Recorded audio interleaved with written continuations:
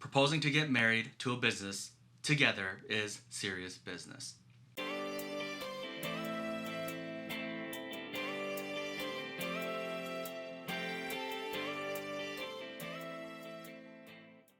Welcome back, everyone. Thanks again for joining me on Adam Theory, where we talk about startups, investing, and life in general.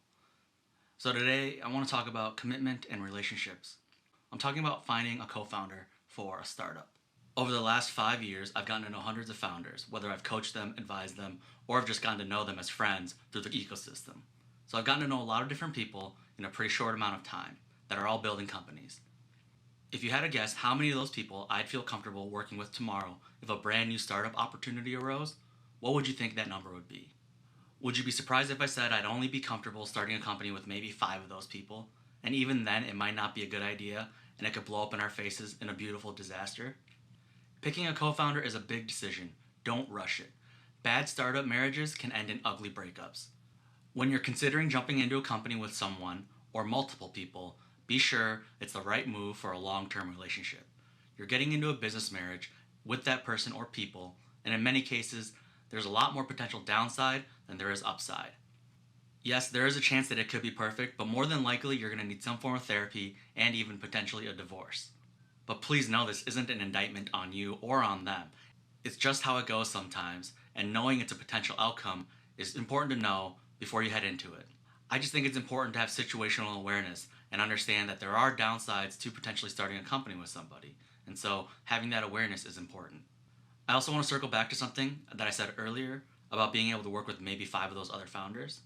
What I really meant is that I think only 5 of them could really put up with me personally. You have to start by looking in the mirror and understanding who you are.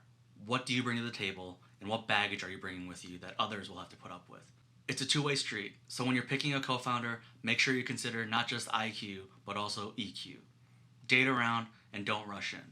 Proposing to get married to a business together is serious business. Ask a lot of questions, do a trial run, ask for referrals for that individual, and they should be doing the same thing when it comes to you. It's best to get all the skeletons out of the closet so there are no surprises later on down the road. One other thing that I want to throw out there is that once you do have a co-founder or co-founders in mind, you'll want to do a few things on the legal side to make sure you have everything in order. Be sure to get your legal documents in place early on. A quick Google search will help you understand what you need and why. Some things that you're going to need to consider is an operating agreement, a non-compete, a non-disclosure agreement, intellectual property agreements, employee contracts, and shareholder agreements. And there are many other documents that you might want to consider for you and your company. Not everyone's the same, so they might not apply to everybody. Okay, let's stop here. I'm going to keep the video short because, well, there isn't much more to say about the topic, and the only thing I really want you to do is consider this. When you're finding a co-founder, find the right person, not the first person.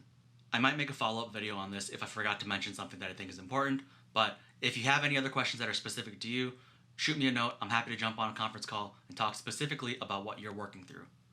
I hope you have a good morning, afternoon, or evening. I truly appreciate the fact that you check out my content. And of course, if you like what I'm doing, be sure to give the video a thumbs up, sub to the channel, and share my content with a friend. As always, I'm glad you could join me on Adam Theory. Stay curious, ask questions, and build your own theory. Thanks.